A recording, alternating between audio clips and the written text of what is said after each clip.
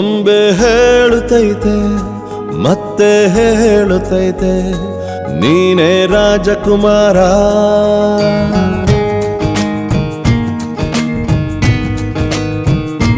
ಬೊಂಬೆ ಹೇಳುತ್ತೈತೆ ಮತ್ತೆ ಹೇಳುತ್ತೈತೆ ನೀನೇ ರಾಜಕುಮಾರ.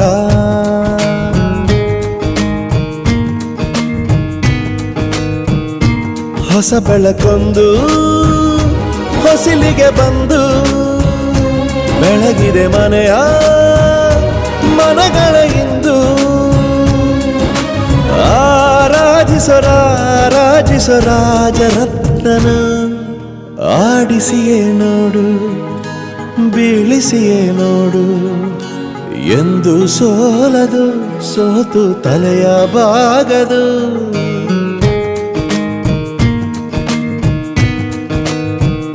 ಬೊಂಬೆ ಹೇಳುತ್ತೈತೆ ನೀನೇ ರಾಜಕುಮಾರ.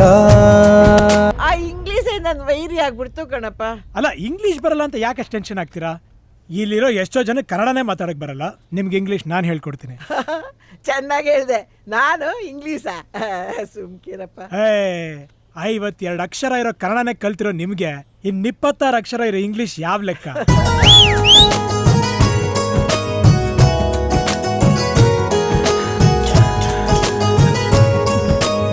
ಇದು ವೀಸಿಂಗ್ ಕೇಸ್.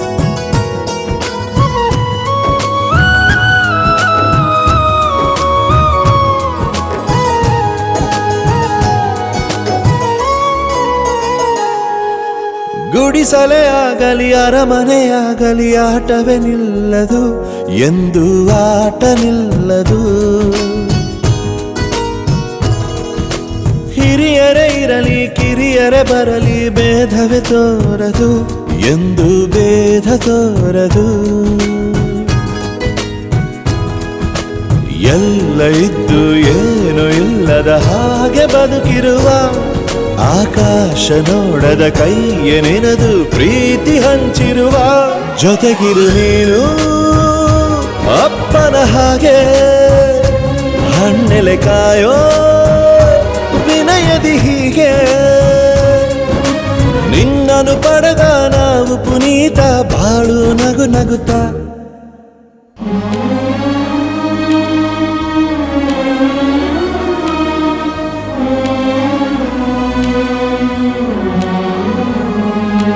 ತಾನೇ ಉರಿದು ಮನೆಗೆ ಬೆಳಕು ಕೊಡುವ ದೀಪವಿದು ನಂದ ದೀಪವೇ ಇದು.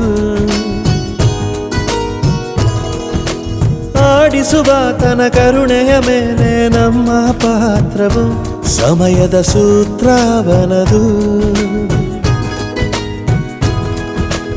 ಒಂದು ಮುತ್ತಿನ ಕಥೆಯ ಹೇಳಿತು ಈ ಬೊಂಬೆ.